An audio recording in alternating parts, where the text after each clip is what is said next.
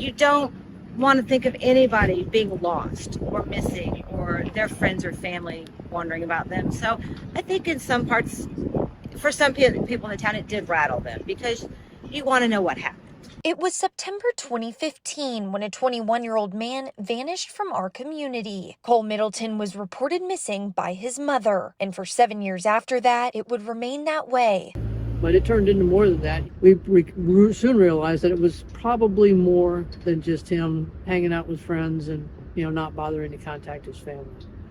But we followed the leads as best we could, which there weren't that many.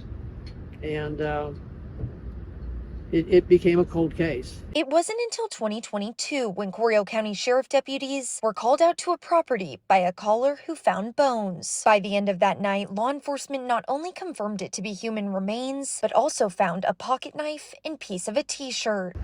Years later, when the remains were found, that was one of the first things that we thought of. Oh, that might be Cole, because of the vicinity of where the remains were found. The remains were then sent to Fort Worth. Through a lengthy analysis and comparison with his mother's DNA, it is now confirmed the remains are in fact Middleton's. Now the question remains, why and how did this happen? Cleverly tells me investigators still don't know. But for Middleton's loved ones in our community, the hope is that this brings some level of closure and peace, as we now know Middleton has been found. That's, I think, just the whole closure, having an end, bringing him home, and letting those who cared about him know, and those who followed the story know that there was an ending. It wasn't the ending anybody wanted.